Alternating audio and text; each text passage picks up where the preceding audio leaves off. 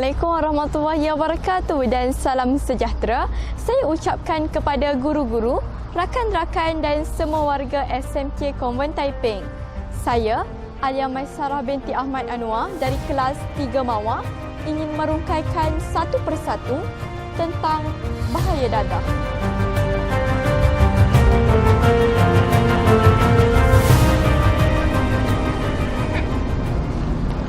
Penyalahgunaan dadah bukan perkara baru di dunia ini. Masalah ini telah berlaku sejak ratusan tahun lalu.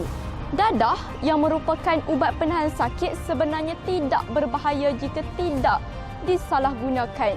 Masalah ini timbul apabila manusia menyalahgunakannya untuk keseronokan dan kepuasan diri mereka. Antara dadah yang terdapat di dunia ini ialah heroin, syabu, ganja, marijuana dan sebagainya. Banyak negara menjadikan dadah sebagai musuh nombor satu. Hal ini disebabkan penyalahgunaan dadah mengakibatkan pelbagai masalah terhadap masyarakat dan juga negara. Mereka yang tidak dapat diselamatkan daripada ketagihan akan menjadi sampah masyarakat. Penyalahgunaan dadah disebabkan oleh pelbagai faktor. Faktor pertama ialah keinginan mencuba sesuatu perkara yang baru, dan keinginan ini akan menjadi lebih teruk sekiranya mereka bergaul dengan penagih kerana mereka mudah untuk mendapatkan bekalan dan mudah terpengaruh. Selain itu, penyalahgunaan dadah ini disebabkan oleh tekanan yang dihadapi oleh individu itu sendiri akibat masalah keluarga, kerja dan masalah peribadi. Hal ini akan mendorong mereka untuk menyalahgunakan dadah kerana mereka tidak lagi mampu mengawal masalah yang dihadapi.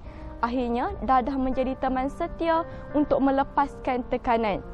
Sekiranya disenaraikan satu persatu, kesan penyalahgunaan dadah ini sangat banyak. Oleh itu, kita perlu mengatasi penyalahgunaan dadah ini.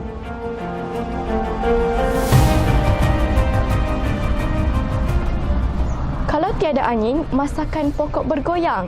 Kalau tiada penyalahgunaan dadah, masakan ada kesan-kesannya.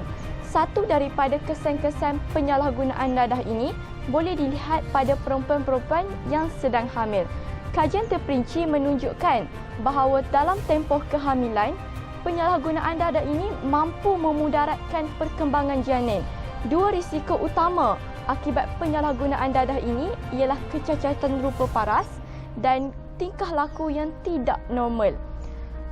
Penyalahgunaan dadah ini boleh memberikan kesan yang buruk terhadap mental para ibu dan memberikan mereka ketagihan.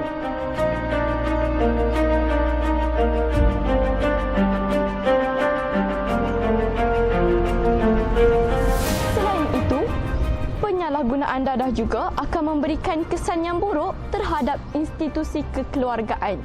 Institusi ini sebenarnya memainkan peranan yang sangat penting dalam usaha membasmi penyalahgunaan dadah. Tetapi, jika institusi ini sendiri terlibat dalam penyalahgunaan dadah, sudah pasti kesannya akan menjadi lebih teruk. Ingat, penyalahgunaan dadah dalam kalangan ahli keluarga akan menyebabkan sesebuah keluarga itu menjadi tidak aman. Penyalahgunaan dadah juga akan meningkatkan kadar jenayah dan sindiket dadah. Hal ini disebabkan sindiket-sindiket dadah ini akan mengedarkan dadah kepada para pembeli dan masalah ini telah timbul sejak puluhan tahun lagi. Terutama sekali apabila Malaysia terletak di antara tengah-tengah laluan antarabangsa, jadi Malaysia dijadikan pusat transit dadah sebelum diedarkan ke negara-negara lain.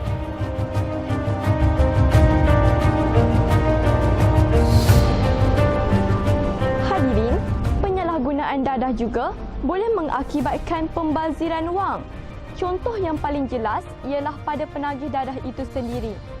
Selain itu, kerajaan telah membazirkan 100 juta ringgit setahun bagi pusat serenti, pusat pemulihan akhlak dan puspen.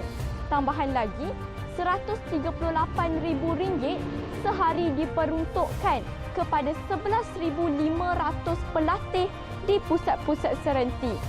Pihak polis pula terpaksa membayar RM100,000 untuk mendapatkan maklumat tentang sindiket-sindiket dadah. Oleh itu, jelaslah bahawa penyalahgunaan dadah ini mengakibatkan pembaziran wang.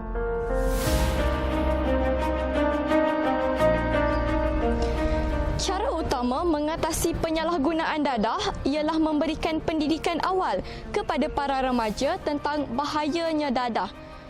Pendidikan awal ini akan membuka mata para remaja agar tidak terjerumus dalam penyalahgunaan dadah. Para remaja sering menjadi sasaran para penjual dadah. Para penjual dadah ini perlu dijatuhi hukuman yang berat seperti hukum gantung sampai mati. Hukuman ini akan membuka mata orang yang baru berjinak-jinak dalam dadah. Oleh itu, mereka akan berasa takut dan ngeri untuk melakukan penyalahgunaan dadah. Kesimpulannya, dadah membawa banyak kesan buruk. Oleh itu, kita harus berusaha memerangi dadah agar masyarakat kita tidak menjadi masyarakat yang lemah. Sekian, terima kasih.